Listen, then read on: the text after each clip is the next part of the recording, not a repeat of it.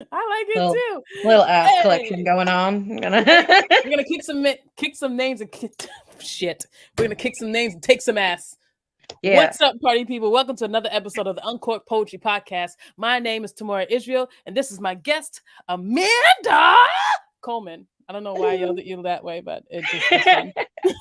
You're What's just up, buddy? excited. It's cool. I am excited. I haven't seen you in so long. I'm so happy to see you. I'm excited. I'm happy to see you too. Yay, boss. So, for those of you who don't know, and you should know, Amanda is a poet, creative musician, stargazer. We're going to talk about that. I have some questions. She Ooh, created a wonderful thing called Poet Radio. We're going to talk about that too. And she is the host of Open Mic Night at Cleat and Anchor. She gets busy. We're going to talk about it all tonight. So thank you for joining us today, Amanda. thank you. You're welcome. Yay, balls.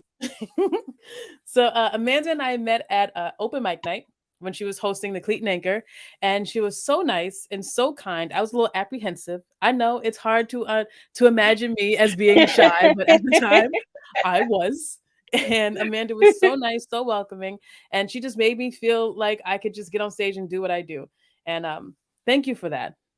Thank you. Like you did get on stage and do what you do. Like it was killer. I loved having you at every open mic you showed up at because you just have this very killer energy and like we talked about before, your poems are so rhythmic and they really lend themselves to being performed and they really just they have that movement to them and I really enjoy that.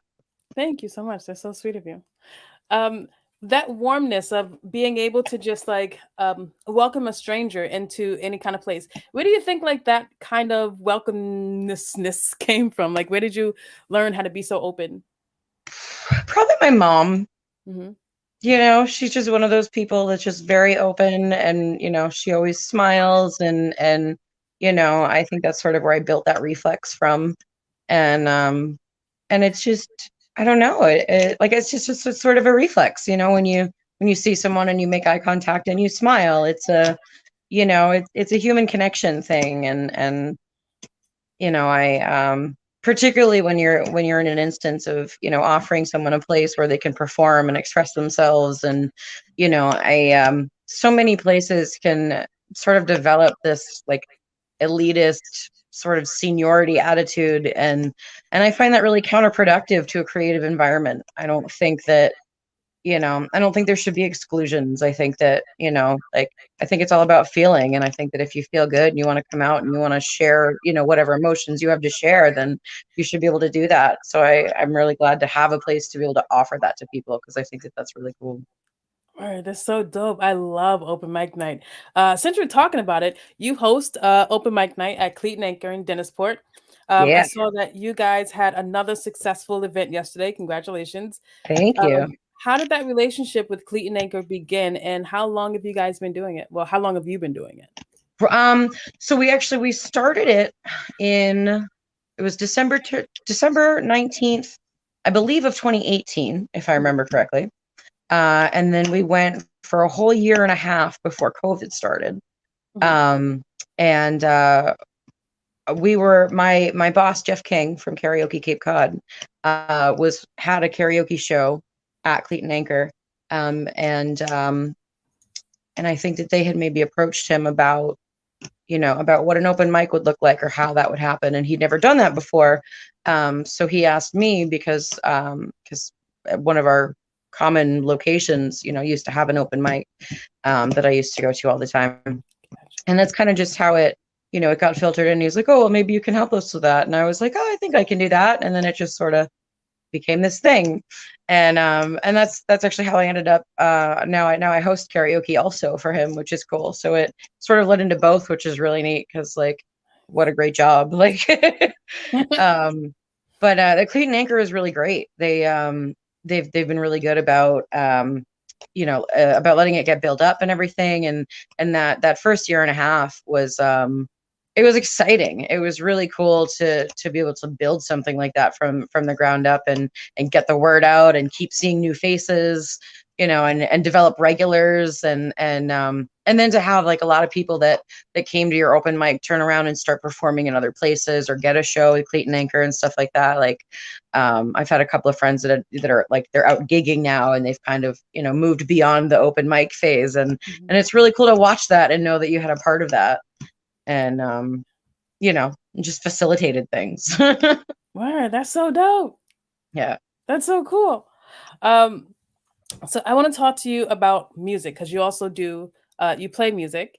Yep. So there's this one song that I always want you to play every single time you play. I think it's Melissa Farrick, is it?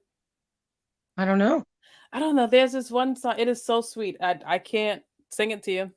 I don't know it, but the very second you start, I'm just like, yes, that's the one. So thinking about music, there's this quote that Plato has, and he says, the philosopher dude, because philosopher and dude just go together. Yeah. Can't argue. He said, music gives a soul to the universe, wings to the mind, flight to the imagination, and life to everything.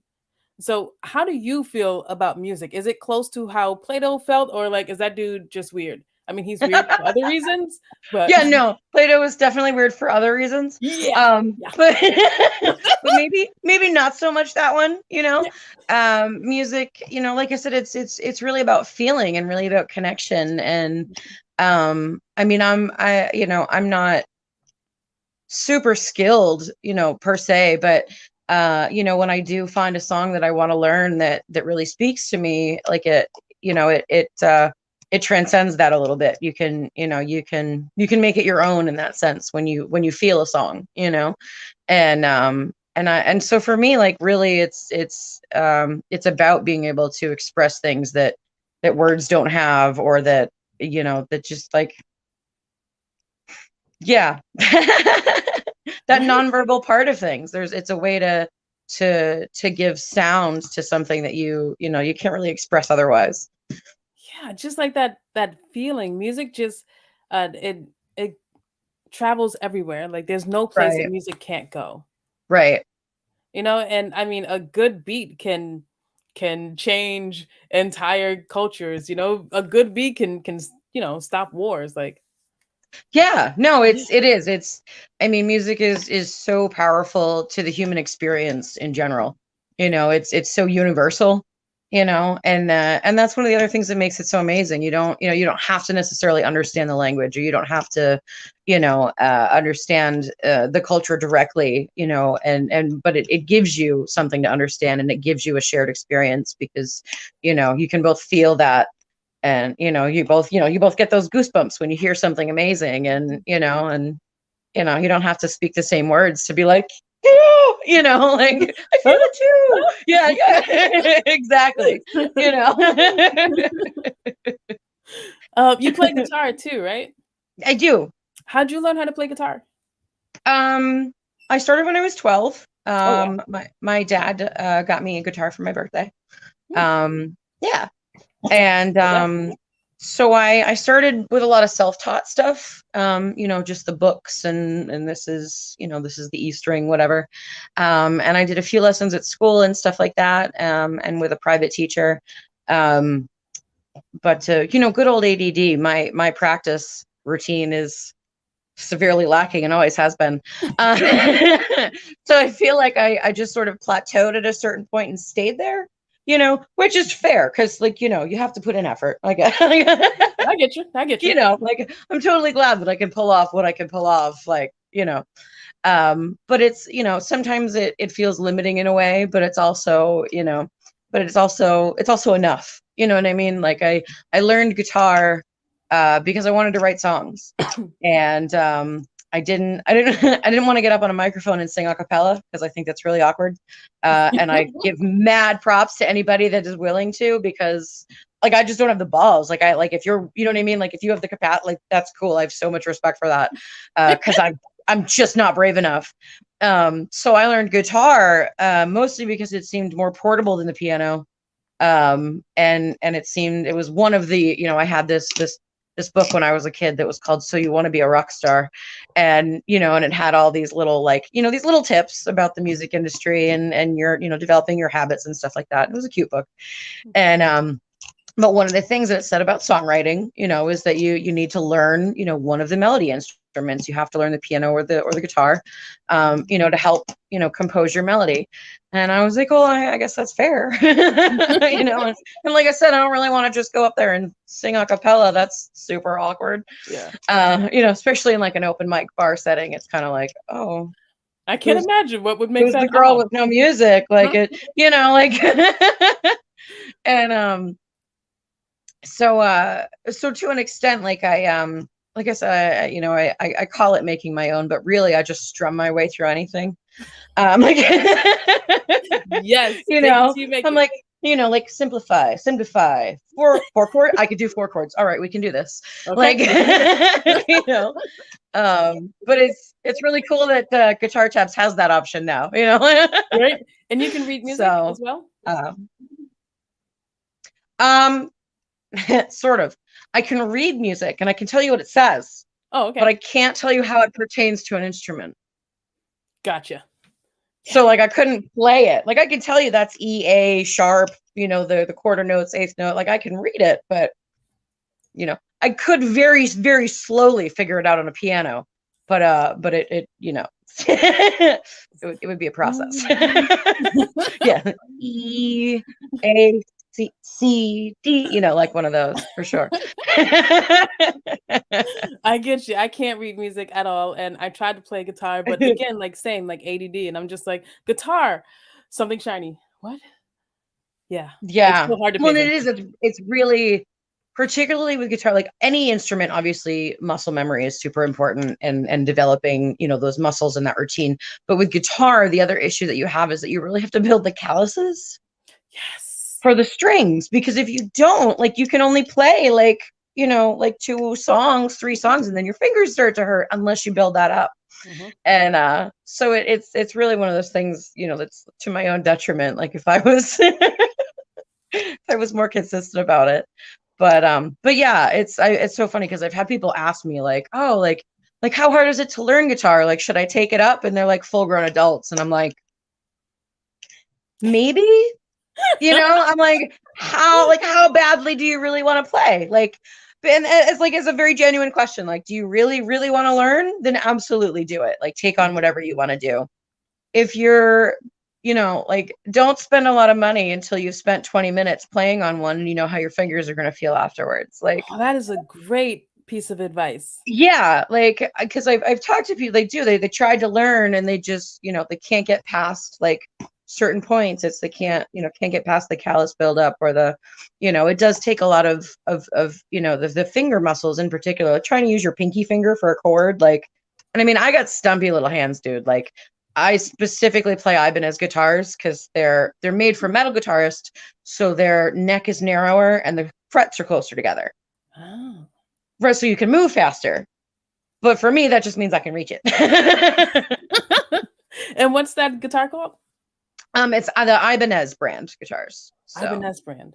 Yes, they are killer. If I ever get back into guitar, I'll look at that because I too I have short hands. Like yeah.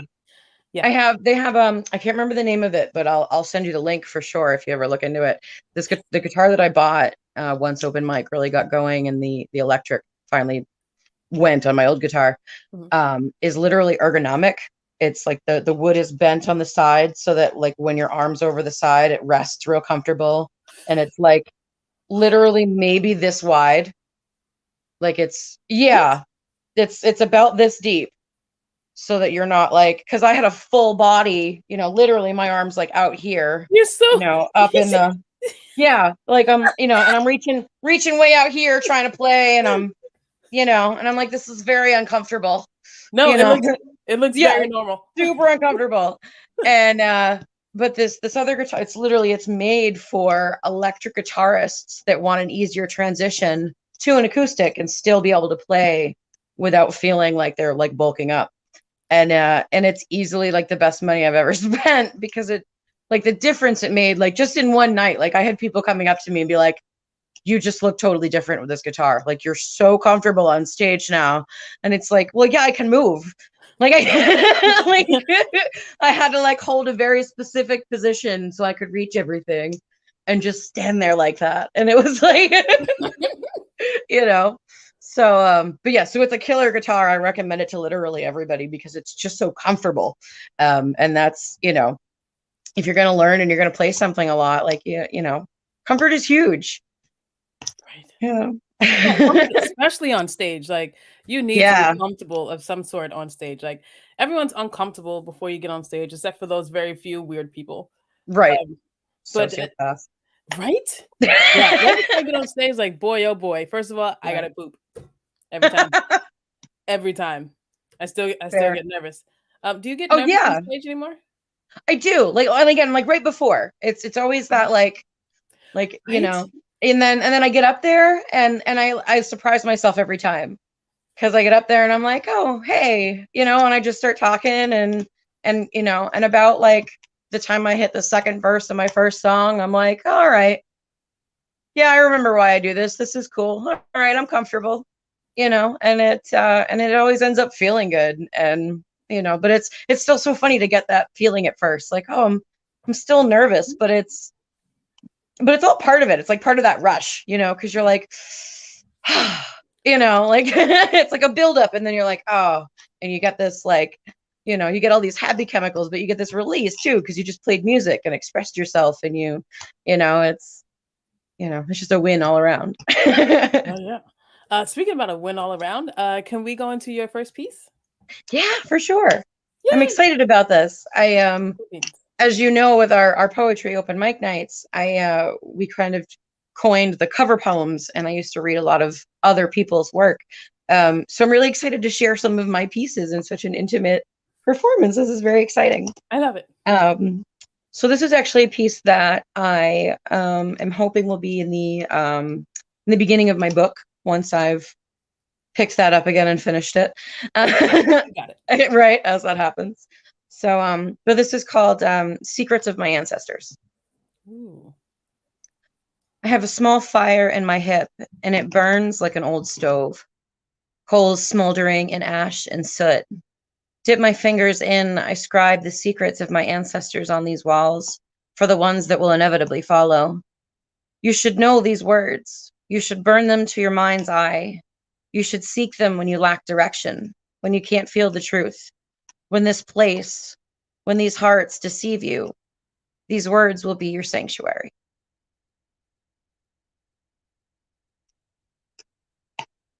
Okay. You ain't gonna fight today. God damn. I love that so much. There's Thank so much you. like there's so much of you in that piece. Thank And yes, you. like share the secrets of your ancestors and scribe them on the wall and shout them to the mountaintops. That was fucking beautiful. Thank you. Oh, I love that. Thank you. I love that. When did you write that? um, it was a little while ago, maybe a year or more. Oh no, probably about a year ago. I both of my grandparents passed sort of close together. Oh, I'm so sorry. Um, and like one was in the very beginning of quarantine, and then one was I want to say like 4 or 5 months later. But it got me talking naturally, you know, with my family and about our family history and stuff like that. And which I mean, you talk about, but you know, you don't necessarily think about all the time. And there was a lot of distance in my family, like later on in life, and it was nice to have some opportunity to learn a little bit more, you know. But it was also weird, I think, to not have the normal closure that you would. You know, we couldn't have a funeral or anything because of Yeah. COVID and you know, there were some complications and stuff there. Um, so writing about it, it just, I don't know, it was just one of those moments that kind of came out and just sort of, you know, everything was sort of brewing together and, you know, and how your family affects you and how it just builds and generationally, you know, you're leaving that for the next round, and whether you know it or not, you know, Yeah. there's some things that just get passed down. Yeah. Damn. Oh my gosh. Yeah, whether you know it or not, there's some things that get passed down. That's really fun. That's really fun. I love that. I feel like you're one of those very special people who can like just speak in poetry. Oh, You know, there's not a lot of us who can do it, but it just happens because we've done it for so long that like we so can your just switch words to just come poetry. out that way. Exactly. Thank you. That's really sweet. I love that. I love that. It's fun to talk to other people that do that too, because you're like, oh, I caught what you just said. I like that. Like, Right? Someone write that down. exactly. You ever had that moment? You ever had a moment where like, oh my God, I have to write that down? Like, where is like the craziest moment of I have to write that down? Oh boy. Craziest moment of I have to write that down. I don't know.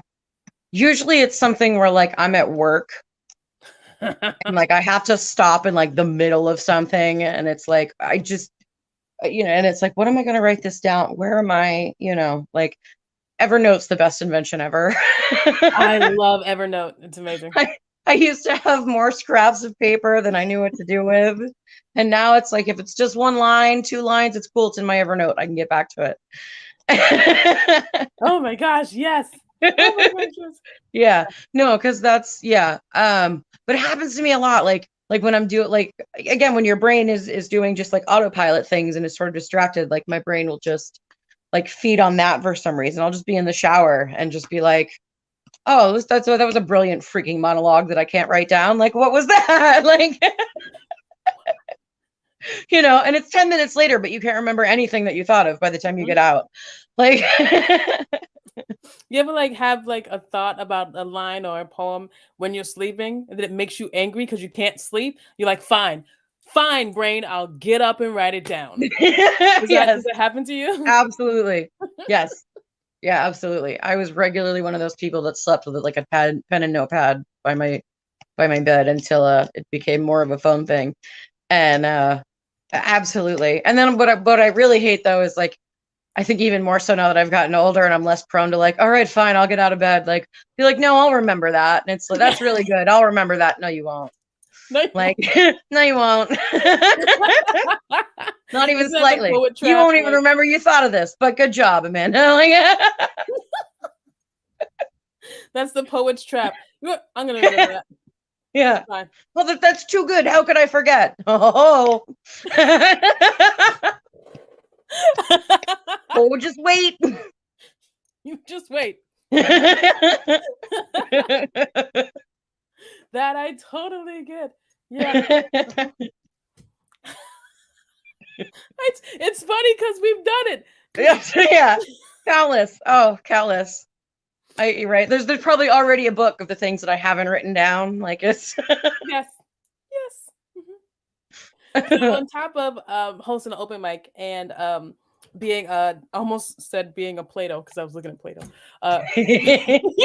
Being a musician, you also make jewelry. Yes. Yes. So you create handmade jewelry with flowers and beads. And I'm guessing some kind of liquid. We'll get into that. How did you get into making jewelry, and where can people buy your creations? I've actually been making jewelry.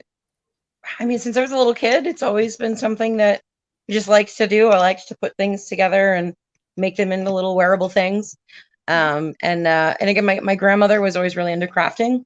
So it wasn't a big stretch. One day we were in the craft aisle at Walmart or something and was like, oh, that's how you make that? Okay. Like, I'm going to play with that. That's cool.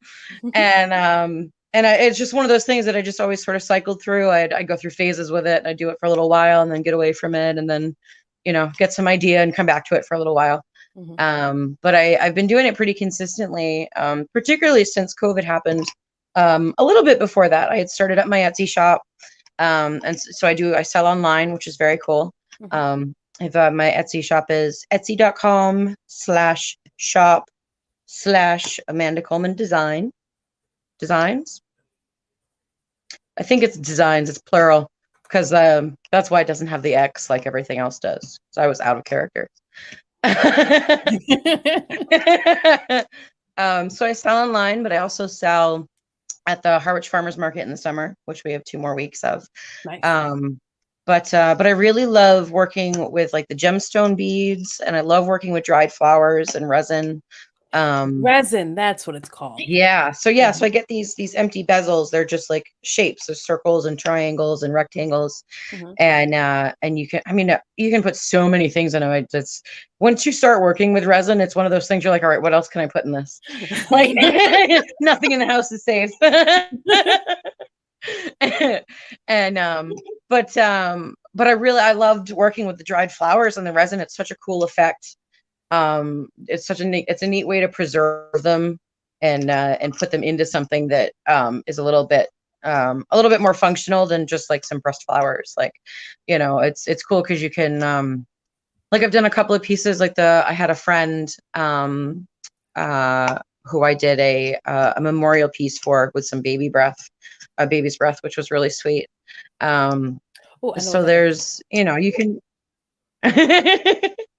and so it's cool. I like being able to incorporate the different meanings and the different representations, and I like that it's a different way to kind of preserve some stuff. You can I want to get more into doing bigger pours, so that I can preserve like larger whole flowers for people. Nice. From like occasions like their wedding flowers and stuff like that. Like Mhm. you can actually fill in like whole shadow boxes with the flowers and stuff. And Wait, fill an it's entire yeah, shadow box it's with resin? very cool.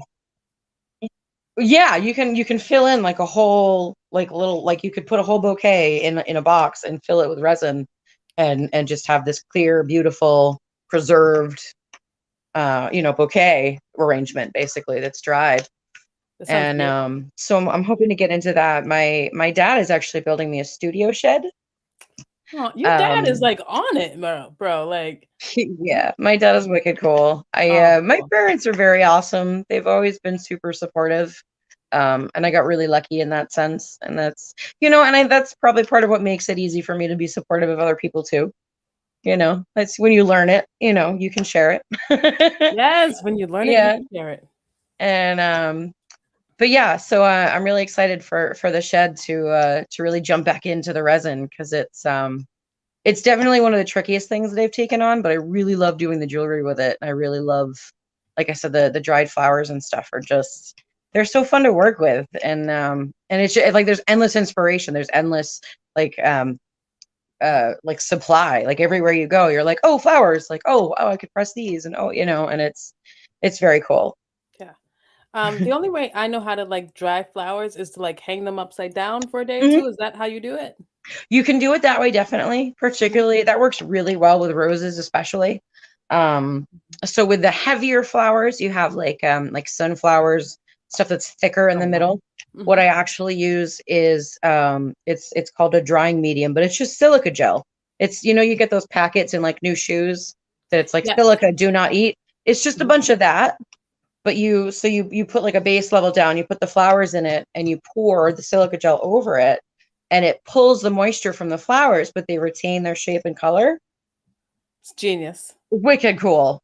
And then, but then the more delicate flowers, I just press it in a book between tissue paper, um, because sometimes if they're too delicate, they'll just come apart once they're in the silica. They'll just kind of Mhm. crumble.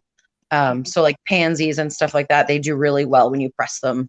And the tissue paper keeps them from getting stuck to your book pages. So, like, what's the danger of just like, screw it, the flower isn't dry yet, just put resin on it? Well, believe it or not, the problem is that it's not airtight. People just sort of assume that it will be, but you have bubbles because you have to mix the two, the resin and the hardener together. So there's Mhm. air bubbles in there. And so if you have air bubbles mixed in with with like organic matter, it's going to Mhm. rot inside the resin. That sounds horrible. Yeah, it's pretty gross. Yeah, sounds really gross. Yeah.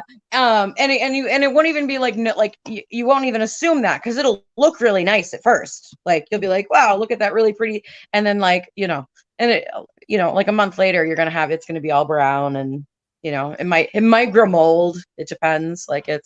Inside the yep, Yeah. So that it's is. definitely essential for dried or non-organic matter. So there's no cutting corners here. Just drive the shit. Yeah, way better. Got it.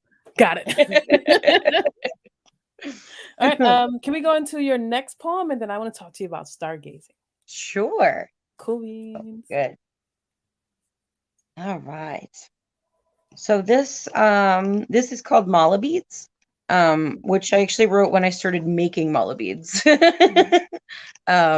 So real quick for anybody that's watching that doesn't really know, mala beads are they're prayer beads, and a traditional strand of of mala beads is 108 beads.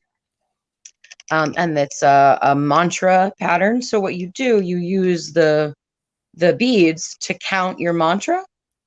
So you would choose your, like, I am peaceful in this day, and that's your mantra, and you use your beads to count your mantra, to say it to yourself 108 times. And they're knotted in between each bead to represent the connectivity of the universe and how we're all connected. And also a traditional mala will have a tassel that represents, like the 1 in the 1,000. I tend to go with guru stones because I'm more prone to crystals and stones and things like that for my centerpieces. But I always, I'm always trying to put to be mindful with the combinations of the properties of the stones and stuff like that. But so this poem was written when I started making those, because I thought, oh, I could make these, and then I researched them and realized how cool they were. It was just sort of inspiring. Oh, nice. So the song is called, or song. I like it. My brain's on autopilot. So this next song. So this is called Mala Beads. I held cold moonstone mala beads and warm lavender honey tea while you lit candles and whispered to me of universal mysteries and mystic synchronicity, connecting metaphysically with energetic spirituality. I wanted to be the wick that you struck to ash, so I could experience the light and then the dark for myself, so I could bring to you the knowing that comes with burning so hot you burn out. And what could be colder than finally burning out? Bro. I love your faces. Oh my gosh. Okay. So the wick you struck to ash. Just so you can feel it yourself. You ever do that to yourself? Like you go back and you're like, oh, that was a good one. Yeah. Like, good job, brain. Like, yeah. Brain's on fire today. Yeah. Man, I love that line.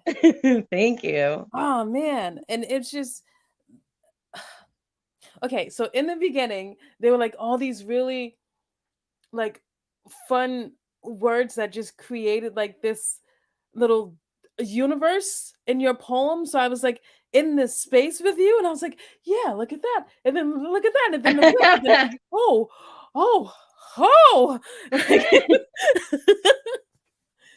I love that. That's awesome. Oh my gosh. Okay, so did you say when you wrote that? Oh gosh, I'm trying to remember when I started making mala beads. Probably the middle of last summer. Middle of last summer. So boy, oh boy, that was it's fucking beautiful, bro. Thank you. Like, I hope you publish that. Yes, that one is in the book. Thank God. Thank God. Beautiful piece. There was like this cool like rhythmic thing, and like there were these words that were just like just there, and then it was beautiful. Thank you. You know what? Thank you. Oh my gosh. Wowzers. I feel like you got something, kid. You already know that. You're super talented. Thank you for that piece, man. Shit, I love that. Man, okay. I want to talk about stargazing. So you're a stargazer. Yeah. And when I hear the word stargazer, I automatically think like the Weekend Starboy, and I'm pretty sure that's not what you're talking about. When you say stargazer, what does that mean to you? So I'm just pretty obsessed with looking up. Ooh. I really love the nighttime sky. I always have. Mhm. I find it really hard to walk outside and like look where I'm going.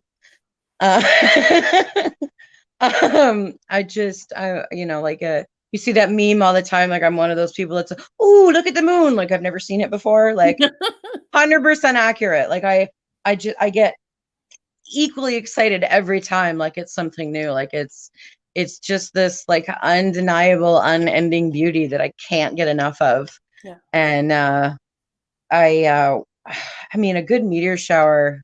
I mean you get like you don't always you got to catch these things right. Like you a good meteor shower. We get a lot of overcast days on Cape Cod. I feel like every time I'm trying to watch some sort of solar event, like we get crappy weather. Yeah. But we don't live in the city, so there's that. That's nice. Like I think about that sometimes. I'm like, it must be so sad to not be able to see the night sky. Like Yeah.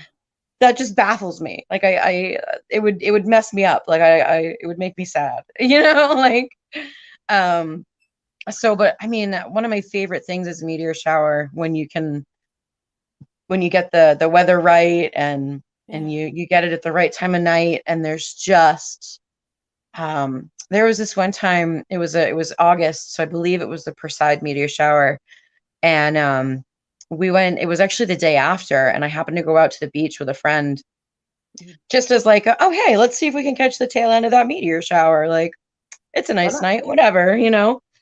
And I mean, it was one of the most beautiful things I have ever seen. Wow. I like when you have that many shooting stars like all at once. Like, I mean, everybody loves that feeling of seeing a shooting star because it's just, oh, there it is. I don't know. I've But never seen one. really, Yeah, I've never seen a shooting star or a oh, meteor like shower. I can literally still vividly remember seeing my first shooting star. Really? Um, I was a little kid, and like I can remember the bedroom I was in and everything, and I had two windows on the side of my room that were the face like the front face of the house, Hmm. and so I would lay with my head on the other end of the bed and look out the first window, and I was just laying there one night, just looking at the sky because that's what I do, and then there was a shooting star, and I saw it, and I was just. I got so excited that I jumped out of bed and ran in my mom's room and was like, I saw a shooting star. I was like, oh, I was so excited. It was, That's beautiful. That's and she was like, beautiful. did you make a wish? And I was like, no, like, I gotta I see was it just so again. excited, like, but yeah, so it's, I do, it's still a very vivid memory. And, and there was another time we were on vacation in Maine when I was a kid, and it was in late August, so it was the same meteor shower, and we were up we were 32 miles from pavement, if I remember correctly. Like, yeah, 32 miles from pavement, never mind society. And like, but you want to talk about no light pollution. It was the clearest sky I've ever seen. Like, we forget, like, we forget what the sky looks like because we can't see it. Yeah. There's a couple of places in the world, if you go to the desert or you go to a really secluded area, like you can straight up see the Milky Way. Like just standing, like you don't need a telescope. You don't need like you can straight up see it. It's happened to me once here on Cape where it Mhm. was literally just it was so clear and so beautiful that it was literally just streaks. And there were so many stars. And it was like that cloudy, like effect. It's so hard to even describe, but it literally, like, I was looking, I was like, that's the fucking Milky Way. Mother Like bitch. you can, yeah, like you can really see, like, it's one of the most breathtaking things that there is. So I really love astrophotography. People What is that that? go out. That's people that specialize in actually going out and taking pictures at night, and taking pictures of like the stars and the moon and stuff like that. But you have to do it with a long length exposure to like let the light in. And it's like this whole process. Um, and so it takes a lot more. I mean, obviously, photography takes a lot of practice, but astrophotography is its own special niche, because it's there's a lot of factors, and you can leave your camera sitting there for for half an hour for one shot. Yeah, like and the camera it will take in that light and it will capture it all in that image, and it's beautiful. There's a picture of a meteor shower, and it's that long exposure. So what it catches is the streaks of the meteors, and it's like, it's breathtaking. It's absolutely beautiful. And a meteor shower is when a bunch of stars are just like dying, just like all at once. So actually, a meteor shower is basically just floating debris, Oh. that we move through. Hmm. And that's why they happen at like similar times during the year and everything. It's because we're moving through that space in space again. And so, yeah, so it's the debris, the leftover of things like stars and what have you, that are, sort of in that spot, if you will. And so as we move through them, so it's actually not that the stars are moving, we're moving through the meteors and through the showers. That's And the coolest shit ever. yeah, like, oh yeah. And once I started to read more about space, like I got even geekier about it, because I was, I was like, oh my gosh. Yeah, you should look up dark matter, because that's like the craziest thing ever. It's dark matter is basically the space that fills up all the space that we can't identify. Yeah, does that make your brain itch or what? Yes. It's the space that makes up the space that we can't see. Yes. Yes. What the So shit? scientifically, they went out and they tried to mathematically calculate all of the mass in the universe, right? Oh God. Right. Oh my God. And when they did this, they realized that it could not possibly be it. Like mathematically, it doesn't end up. Like there's not enough mass for everything else that's going on and the way that everything else is moving around. So there's something there that's affecting the entire universe, that the universe is like within, that we can't see or perceive at all. We just know it's there. That's terrifying. I would like to know what it is. Like, is it aliens? Is it Independence Day? Do we need Will Smith? I need Stranger Things, like what's holy shit, yeah. that So blows yes, my so stuff mind. like that. That's where I geek out. Like that's my, like, I'll watch space documentaries to go to sleep. It just, there's something about that like makes my brain just tingle. Like I remember the first time, in school they make you watch that Stephen Hawking documentary about the universe. Yes. And it does that whole thing where it starts out really close and they're like in a park, and then it pulls out and it pulls out and it pulls out and you're really far and you see the planet and everything. So I remember sitting there and just, I mean, I absorbed every word of that silly thing. Like I was so enthralled by it, right? Mm-hmm. And so the lights go, we were in math class in like 8th grade, and the lights go up and all the kids, every other student is like, oh, thank God. Oh my God, that was so boring. I'm so glad it's over. That guy's got a weird voice. Oh my God. And I'm just like, but wait, we didn't get to watch it all. Like, wait. My brain needs more. That was amazing. Like, but I was the only one. I was like the only one that was like blown away by, by like just by the universe essentially, and like by our awareness of it. You know what I mean? Like everybody else was like, oh, okay. And I'm like, how? Like, how can you hear that and not just be, oh, hello? See, he wants some of the love too. Do you want to say hi? You're so cute. He's such a good boy. It's very cute. Oh my God, he wanted to get in on this amazing action. Absolutely. Yeah. Yeah. He's so cute. I wouldn't let my dog in, but he's just.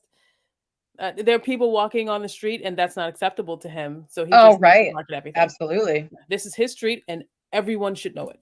Absolutely. Yeah. He sounds amazing. He's pretty cool. He is pretty cool. He's my bestest friend, and he listens to me even when he doesn't want to. I'm pretty sure he Right? doesn't. I've watched him fall asleep to me talking to him. I've watched his eyes just like, I've had enough of this. Do you have any animals? Do you have a cat? Yes, at home we have. Oh, hi, buddy. We have. I have a yellow lab golden retriever, who's he's 10 going on 11. Hello. And he only has one eye. Oh. But he is my bestest buddy. We became very tight during COVID. Because we were both home all the time. Hi. Oh, he just listen. Love is love, right? You get in where you can fit in. Right. Oh, there's no waiting. I demand it. I must be loved now. He's so cute. Yeah, your joy just like makes him like want to lick your entire face. Oh, it's right. Oh my gosh. So my dog, he started this like maybe like 4 or 5 months ago. He's never done this to me before. He gets real excited, right? And he'll get in, and he's Ringo. He's where the Happy Wiggle name came from for my pet sitting business, because he wags his tail and then his whole body wiggles when he gets real excited, and he's just adorable. And so he does this thing now where he gets really, really excited, and he like comes at my face with like his whole mouth, but like really gently, like it's not like scary, like he's like, oh, like I need to love you all at once, like whole, like it's just. And the first time he did it right now, I laughed so hard. I was like, what did you just do? Like, you're trying to eat my face? My poor like, face. He's like, I just have to love all of you women. Like, he's just such a good boy. Awesome. We don't deserve them. I know. And we also have 2 goaties. 2 what? Goats. Like goats. Like goats. Yeah. Goats. Bat. Yep. Goats. Well, goats. Okay, we gotta talk about this. They're super cute. Where do you find a goat? What do you feed a goat? Okay, so you find a goat. We got the ones that we have now one came from our neighbor, and one came from the Barnstable Pet and Feed.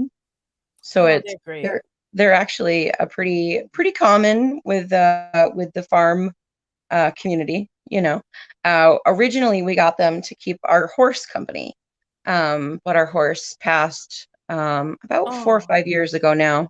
But she was 26. My stepmom had her for a long time. Horses live to be 26? My grandfather had a horse that lived to be 32. I know nothing about horses. I didn't know that was a thing. Yeah, it is a thing. Yeah, horses are a hell of a commitment. Like, yeah, like that's why horse people it's a lifestyle. It's not just like, it's not the same as having a pet. Like, it's like horse people, it's a thing. Like, so originally when we brought the horse over to once we built the barn, the horse had been boarded where there was other animals. So we were like, oh, she's gonna be lonely, And my dad was like, well, let's get some goats. And there's 3 grandkids. Naturally. So we thought we would get 3 goats. That's just logic. How can Get some goats. And then so once you start with goats, you kind of just keep going. Like, I mean, what else would you do? Right. So goats eat primarily they eat grain and hay. But they'll eat oak leaves, they'll eat pine needles, they'll eat Christmas trees. I mean, they'll eat your sweatshirt if you let them. But so our goats, they're very social, they're super sweet. Squeaky toy. Huh? Is that that's a squeaky toy. Oh, thank God. Yeah, that's not him. That's his toy. You gotta go take that dog somewhere. Wrong, they don't make that sound. Yeah, oh God. That is a pet sitter's nightmare. Terrifying. Terrifying. I'm so sorry. You're talking about goats and what they eat. Oh no, not at all.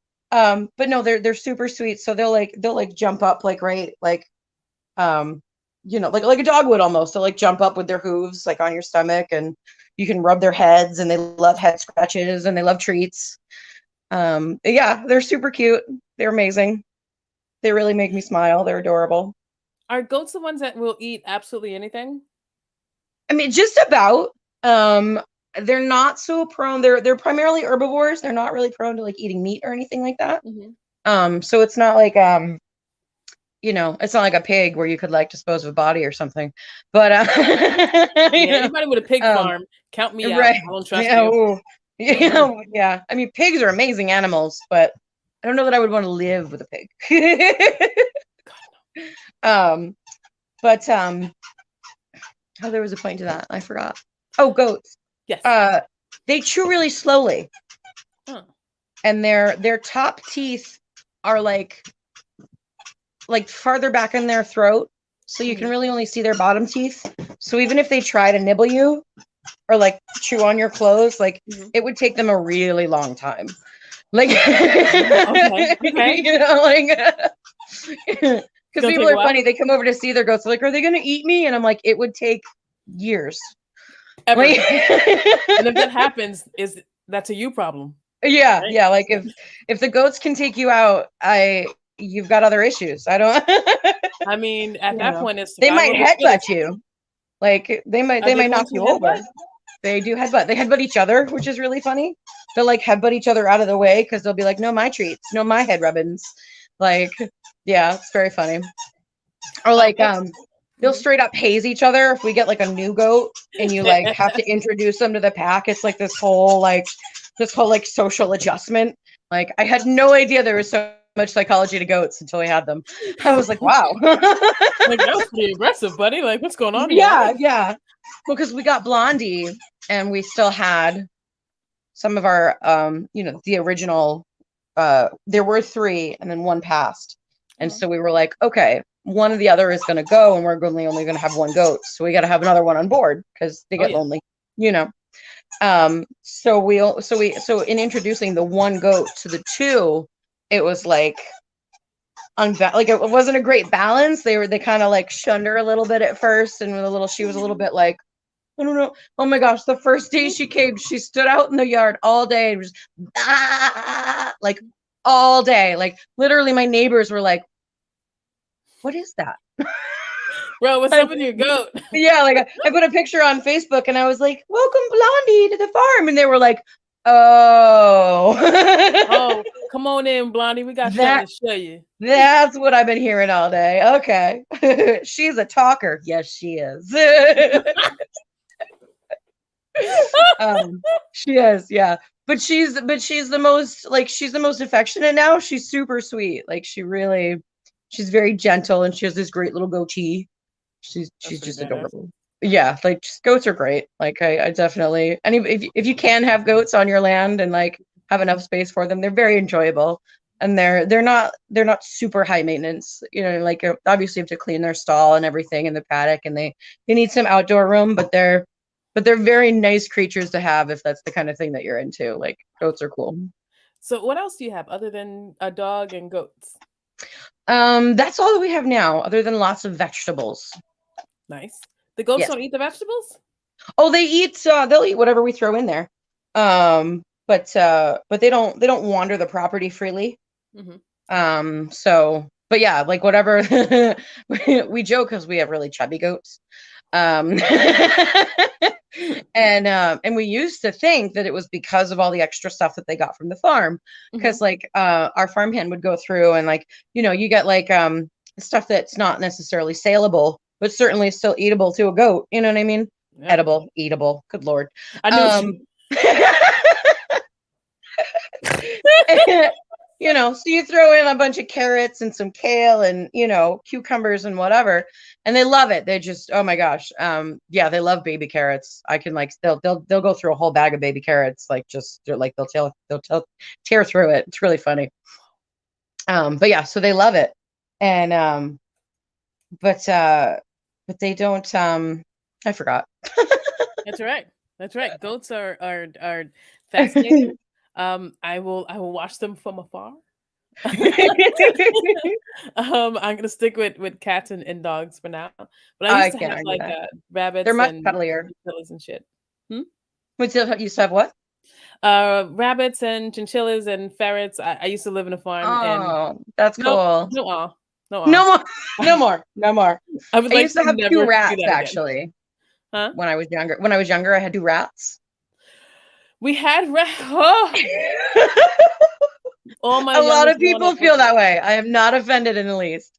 I mm. 100% understand. And it was funny because even my mom, when I brought them home, she was like, "What did you bring in my house?" And Mm. I was like, "Oh, but they're cute, you know." And but she did. They totally grew on her. Like their tails will like wrap around your finger like a little hug, like right. So, but my mom, right? So she totally comes around. She comes in every morning and was feeding them Cheerios. Your Like mom that gives was rats part of their Cheerios. routine. Like she'd come in to wake me up for school in the morning, and the rats, they would, be getting ready for bed because they're nocturnal, of course, and they would run over to the side of the cage like, "Oh, the lady with the Cheerios is here!" Like every morning, it was the cutest thing. She got super attached. It was very adorable. Oh my god, rats are really really smart. They are. Oh, yeah, we had rats. My youngest, all they wanted was a rat, and then for some reason, like they got like the weird ass rat who ended up like eating himself. Didn't know that was a thing. Oh my! Yeah, yeah, the rat ate himself from the outside in. I didn't either. Yeah, yeah. I So could when I see where think of that might rats, leave a little bit of a weird taste afterwards. just like a little tart today. Yeah, I don't know. It was weird. That was a weird thing to bring up, but yeah. Before we get No, out that of is here, super strange, though. I didn't know that was a thing. I didn't either. Scared the crap out of us. We were just like, "What's Yeah. wrong with your rat? It's broken. We cut you the broken one. You're just chewing on itself. You're like, what What the fuck is wrong with this rat? the Why we get this broken ass rat?" Right. um. So before we get out of here, could you tell us? You have this thing called Poet Radio. You created this space called Poet Radio. So could you tell us what that is and how that idea came about? So Poet Radio is a Facebook group that I started, oh man, maybe even like 5 years ago now. Yeah. It's been up for a while actually. Mhm. So I wrote poetry when I was younger, and then I got away from it a little bit, probably in like my early 20s or so. Mhm. And um, and then one day I put poetry into Pinterest somehow and was like, how have I never done this before? Yeah. And found Instagram and Instagram poets and like micro poetry and all that stuff. And I found this huge online writing community. Um, and at the time, it was before Facebook and Instagram had changed their algorithms, and things were a little more compatible, shall we say? Hmm. And and it was so cool to me to to be able to connect to all these people all over the world that had this interest that I did, because there really wasn't anything. There's nothing really in my area, or at least at the time, there wasn't really anything in my area as far as activities. There was not a lot of other poets in the area, Mhm. or writers even. And so when I started to get really connected to these people, I decided to make a Facebook group, where they could share their writing and share, but I didn't want it to be um, just poetry. Although calling it Poet Radio was sort of limited, or limiting, but that was a name that I carried over from something, and I wanted to still use it, and I can't really remember where it came from, but I loved the name Poet Radio, and I wanted to continue that. It's a great And name. so I used that for the group, and really the idea was really just a sharing platform. It was, if you have music, if you have art, if you have poetry, if whatever your creative expression is, you can bring it to that Facebook group and you can share it. And so it is primarily poetry, but it's open to artists and photographers and paint or digital media or sculpture, or whatever your medium is. we're pretty open. I wanted it to be, not as exclusive, like I mentioned before. Poetry, there are parts of the community, not all, granted, because parts of the community are wonderful and inspiring and very supportive. But with any sort of like niche community like that, you get the people that are, that are a little bit elitist about it. They're a little bit harder on the newcomers to the community, and they, and again, and I find that counterproductive. I don't, that vibe doesn't really work for me. So in creating Poet Radio, it really just was the idea of having something that was really open to whatever creative level you're at. You don't have to feel like you're, like you have to compare or compete to, any of these other artists or writers, because it's really just about your experience and where you're at. And I didn't want people to feel like they had to put so much pressure on themselves to be able to share. Yeah, that's badass. Well, thank you for being here with us today. You are phenomenal. I already knew that, but Thank you for having a lot me. more people know it. Oh, that's so cool. You can find Amanda's designs at etsy.com/shop/Amanda Coleman designs. I'm going to put that in the chat because that was a lot of words. You can follow her. I'm sorry.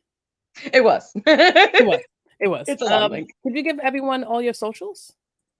Yeah, most of my social media is Amanda X Coleman, because Amanda Coleman's a really common name. Yes, it is. And Lynn is a very common middle name. So nobody uses X. So if you can't find me under Amanda X Coleman, you can try putting dots on either side of the X. But on Facebook, Instagram, and Twitter, I should be able to be found that way. Because again, nobody uses the X. That worked out well in my favor. Nice. Nice. I like it. All right, folks. As you can see, Amanda's super talented. She has a book coming out when we don't know, but we're all gonna go buy it. We're all gonna go buy it. Support local artists. Thank you for sharing your work with us, and thank you for being here at the Uncorked Poetry Podcast. I appreciate you. Thank you for having me. I appreciate you. Of course.